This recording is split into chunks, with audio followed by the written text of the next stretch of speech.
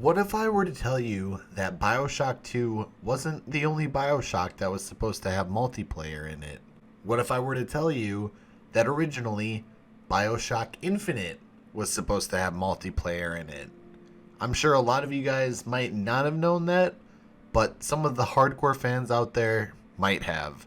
So in this video, we're going to go in depth as to why it was removed, why it was cut early in development, the possibilities of different game types, and everything to do with Bioshock Infinite's long lost and removed multiplayer. So with that being said, sit back, relax, and I hope you guys enjoy the video. So for this video, I'm going to be using two different sources. The first coming from the Bioshock wiki, and second from an article that was published around the time that Bioshock Infinite was announced, and both will be down in the description below. So the one from Bioshock wiki says that several sources indicate that Bioshock Infinite would have had two different multiplayer co-op modes. The first of these was called Border Patrol and was a tower defense style game where two players work together to defend an area against racist political cartoon style enemies. The background for the game was that Border Patrol was actually a game for children of Colombia and was used to help indoctrinate children into holding racist beliefs. This mode is stated to have never worked and development was cancelled early on. And with that being said, I can completely see why. You do not want to portray racism like that, especially with children in a video game this day and age. Now, secondly, this second co-op mode was Spec Ops, which had 4 players working together to defeat AI-controlled enemies. These battles would take place in areas inspired by locations from the single-player portion of the game, and these areas would change over time to tell a narrative about the game's two factions, the Vox Populi and the Founders. The maps would have some randomized content as well as loot that could be used by players to modify or upgrade their characters in some way, shape, or form. It is unknown what the classes were for Spec Ops, but it's possible that they were similar to the ones proposed for 1999 mode in the single player game. These would be Melee, Mobility, Soldier, Tank, and Vigor. A museum level was close to being finished for Spec Ops, but was left half unfinished and unused as the game mode was eventually cancelled. So, what do you guys think? Do you think these game modes would have actually fit well in a multiplayer version in Bioshock Infinite?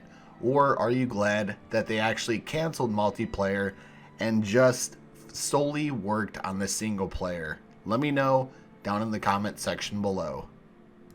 Now this final source comes from a website called PCGamesN.com, and they state that sources from Irrational who worked on Bioshock Infinite and were there the day that Ken Levine announced that Irrational would be closing down detailed the last years of the developer in an interview with Polygon. They discussed Levine's creative process, the constant iterations and changes, and the scrapping of two multiplayer modes, Border Patrol/Border Control, and Spec Ops. Development on Bioshock Infinite began during 2009, and while the single-player portion was still very much up in the air, work was being done on two multiplayer modes. Border Patrol/Border Control, the sources reveal, was to be a tower defense mode. As I said before, you can read more in depth on the article or on the source that I provided recently. Both will be down in the description below. The second mode, Spec Ops, was more traditional but also much larger in scope. Again, if you would like to read more about that, I'll leave the article down in the description along with the other source. But as progress on the single player aspect failed to gain speed, Levine grew frustrated and more ideas were thrown into the mix, like the Skyline Transportation Network. The game was changed and reworked over and over and over again, so that years into development, the design hadn't been finalized. Levine brought in Jordan Thomas, Bioshock 2's creative director. Together, Levine and Thomas scrapped Bioshock's multiplayer, moving the team to the single-player team, where they could use their experience with combat systems to improve the core's gameplay and gunplay. Despite all the lost work, it doesn't seem like it was a sore point. A source explained, "Jordan was a revelation. No one worked harder, no one worked more hours. He treated everyone with the utmost respect."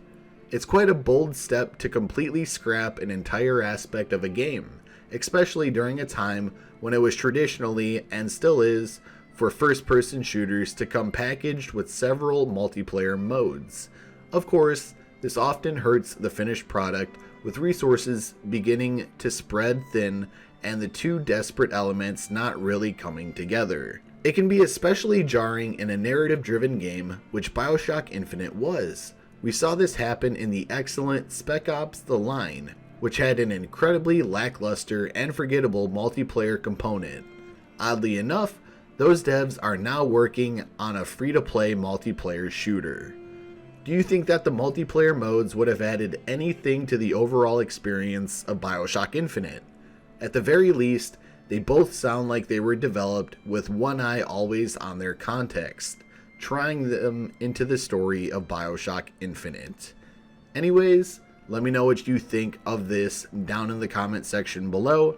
Do you think multiplayer would have been a good addition and would have had more longevity with Bioshock Infinite?